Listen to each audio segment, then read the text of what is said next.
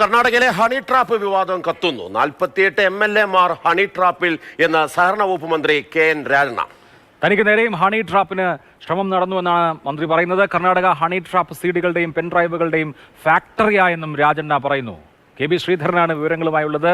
ശ്രീധരൻ, ഈ honey trap ആരോപണങ്ങൾ, അതുപോലെ ഈ പറഞ്ഞ CD ആരോപണങ്ങൾ കർണാടക രാഷ്ട്രീയത്തെ സംബന്ധിച്ച് പുതുമേയല്ല. പണ്ട് നിയമസഭയിലിരുന്ന് ഫോൺ കണ്ടത് മുതൽ HD രേവണ്ണയുടെ മകന്റെ പ്രജ്വൽ രേവണ്ണയുടെ വിവാദം വരെ നമ്മുടെ മുമ്പിലുണ്ട്. ഏറ്റവും പുതിയ കോൺട്രവേഴ്സി എന്താണ്?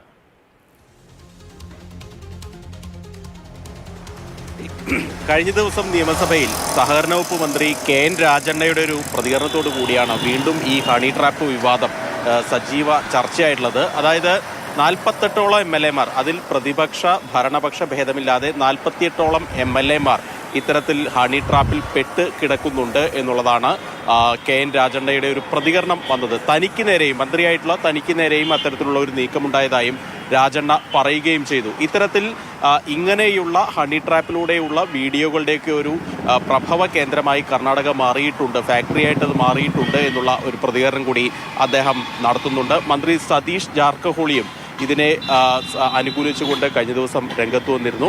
ഏതായാലും ഈ വിഷയത്തിൽ കൃത്യമായിട്ടുള്ള അന്വേഷണം നടക്കുമെന്നുള്ളതാണ് ആഭ്യന്തര വകുപ്പ് മന്ത്രി G പരമേശ്വര വ്യക്തമാക്കിയിട്ടുള്ളത്.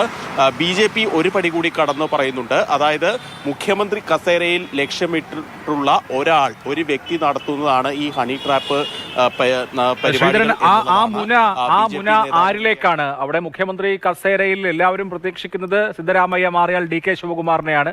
G പരമേശ്വരയെ പോലെയുള്ള സീനിയർ നേതാക്കളുമുണ്ട്.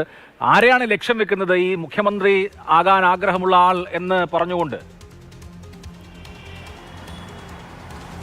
തീർച്ചയായിട്ടും BJP അത്തരത്തിലൊരു ആരോപണം മുന സ്വാഭാവികമായിട്ടും DK ശിവകുമാറിനെ തന്നെയായിരിക്കും ലക്ഷ്യമിടുക. BJPയുടെ പ്രധാനപ്പെട്ട മുതിർന്ന നേതാക്കളിൽ ഒരാൾ കൂടിയാണ് ബസനഗൌഡ പാട്ടീൽ യത്നൽ എന്നുള്ളത്. അദ്ദേഹം ഇതിനു മുൻപും നിരവധി വിവാദ പ്രസ്താവനകൾ നടത്തിയൊക്കെ വാർത്തകളിൽ ഇടം പിടിച്ചിട്ടുള്ള നേതാവാണ്. ഏതായാലും അദ്ദേഹത്തിന് DK ശിവകുമാർ എന്ന പേര് പറയാതെയാണ് ഇങ്ങനെയൊരു പ്രതികരണം അദ്ദേഹം നടത്തിയിരിക്കുന്നത്. ഏതായാലും ഈ 48 MLA-മാരെ കയ്യിൽ വെക്കാൻ, അല്ലെങ്കിൽ അത്രയും MLA-മാരെ ഭീഷണിപ്പെടുത്തി കൂടെ നിർത്താനുള്ള ഒരു ശ്രമം ഇതിന് പിന്നിലുണ്ട് എന്നാണ് BJP പറഞ്ഞു വെക്കുന്നത്. അപ്പോഴും ശ്രദ്ധിക്കേണ്ട ഒരു കാര്യമുണ്ട്.